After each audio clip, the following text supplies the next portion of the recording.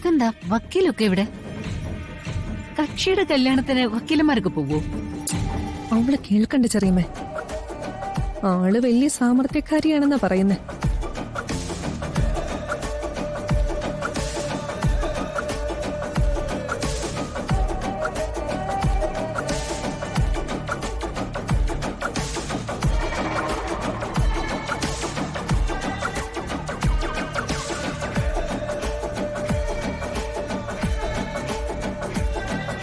ഇപ്പൊ വരാം.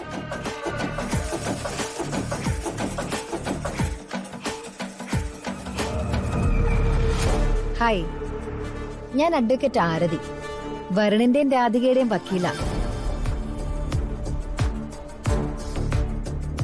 വരുണിന്റെ ഏട്ടത്തെയും ചെറിയമ്മയല്ലേ? എല്ലാവരും പറഞ്ഞെനിക്കറിയാം. ഓ, ഞങ്ങള് പോയി കേസുകളിലൊന്നും പെടാറില്ല. അതുകൊണ്ട് വക്കീൽ ഇവിടെ കിടന്ന് കറങ്ങിയിട്ട് ഒരു കാര്യമില്ല. അയ്യോ, എനിക്ക് പുതിയ കേസ് എടുക്കാൻ സമയമൊന്നുമില്ല. പുതിയ കേസ് ഉണ്ടാക്കരുതെന്ന് പറയാന് ഞാനിപ്പോ നിങ്ങളുടെ അടുത്ത് വന്നത്. രാധികയെ നിങ്ങൾ രണ്ടുപേരും നന്നായി ദ്രോഹിച്ചിട്ടുണ്ടെന്ന് എനിക്കറിയാം. പക്ഷേ ഇനി അതുണ്ടാവരുത്. ഉണ്ടായാൽ ഇപ്പൊ ഏട്ടത്തി പറഞ്ഞല്ലോ കേസിലൊന്നും പെടാൻ താല്പര്യമില്ലെന്ന്. അതങ്ങോട്ട് മാറും. കേസിൽ ഞാൻ പെടുത്തു. നമ്മുടെ ഈ നാട്ടിൽ നിന്ന് ആദ്യം തുടച്ചു നീക്കേണ്ടത് ഈ കുടുംബത്തിനകത്തുള്ള കോലാഹലങ്ങളുണ്ടല്ലോ, അതിനെയാ. അപ്പോ എന്നാ ഞാൻ അങ്ങോട്ട് ചെല്ലട്ടെ? നമസ്കാരം. താലി കെട്ടാനുള്ള മുഹൂർത്തം ആയില്ലേ തിരുമേനി? മുഹൂർത്തമൊക്കെ ആകാറായി, പക്ഷേ ഒരു മാറ്റമുണ്ട്. എന്താ? നടയിൽ വെച്ച് താലി കെട്ടാനാണ് ആദ്യം തീരുമാനിച്ചത്. പക്ഷേ ഇപ്പൊ നടയിൽ നിന്നും താലി പൂജിച്ചു വാങ്ങിയിട്ട് ക്ഷേത്ര മണ്ഡപത്തിൽ വെച്ച് വിവാഹം നടത്താനാ ഞങ്ങൾ ആലോചിക്കുന്നത്. അയ്യോ, അതെന്തു പറ്റി? രാധിക എന്റെ സ്ഥാനത്ത് കാണുന്നത് ഫിദ മേഡത്തെയാ. മോളുടെ വിവാഹം നടക്കുമ്പോ ഫിദ മേഡം അവളുടെ തൊട്ടടുത്തുണ്ടാവണം. അതിനുവേണ്ടിയാ ചടങ്ങ് മണ്ഡപത്തിലേക്ക് മാറ്റുന്നത്. എന്റെ മോൾക്ക് കാവിൽ നിന്നവളാ മേഡം. മേഡം അവളുടെ അടുത്ത് തന്നെ ഉണ്ടാവണം. തിരുമേനി, എന്റെ ഉള്ളിന്റെ ഉള്ളില് അവളുടെ അടുത്ത് നിൽക്കാൻ പറ്റുന്നില്ലല്ലോ എന്നുള്ള സങ്കടം ഉണ്ടായിരുന്നു.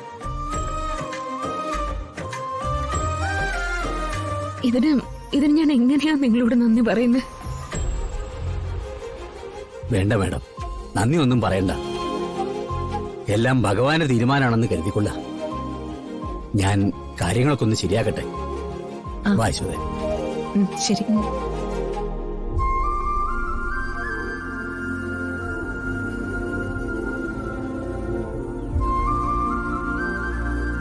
ശ്യാമേ, പുറത്തു നിൽക്കുന്ന ശ്യാമയുടെ അവസ്ഥ ഭഗവാൻ കണ്ടു കാണും.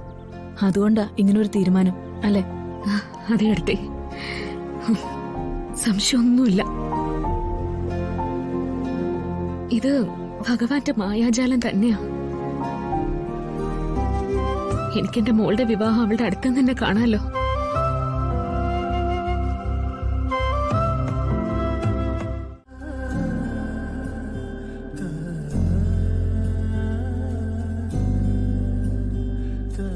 അതെ, കല്യാണം കഴിഞ്ഞിട്ട് എങ്ങനെ ജീവിക്കാനാ ഉദ്ദേശം? വരുൺ പറയുന്ന പോലെ. ഇതാ കുഴപ്പം.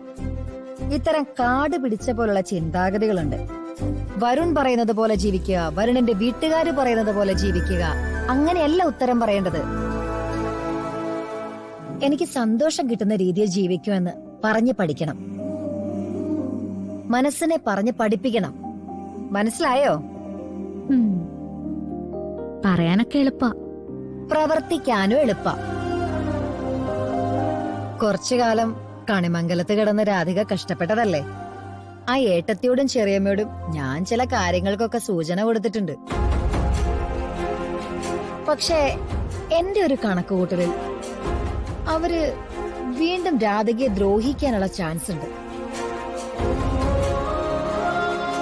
ഇങ്ങോട്ടൊന്ന് കിട്ടിയ അങ്ങോട്ടൊന്ന് തിരിച്ചു കൊടുക്കണം എന്നൊരുറപ്പ് മനസ്സിൽ വരുത്തിയെടുക്കണം.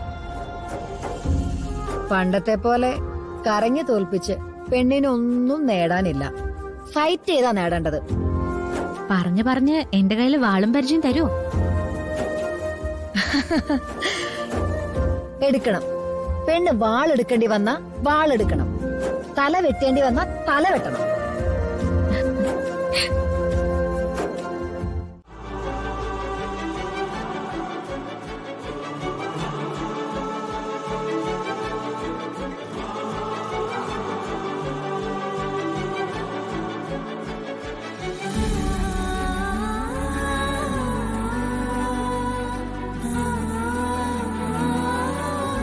അമ്മയുടെ മോളിപ്പോ സുന്ദരിയായിട്ടുണ്ട്.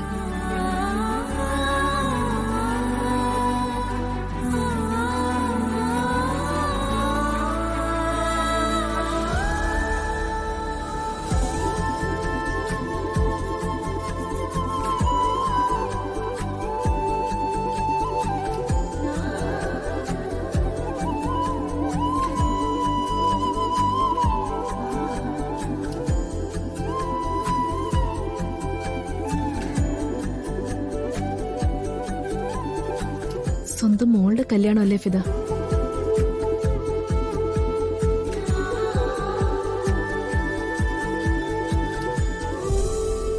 മോളെ, ആരുമില്ല, അനാഥയാണെന്നൊന്നും ഇനി ജീവിതത്തിൽ പറഞ്ഞു പോരുത്.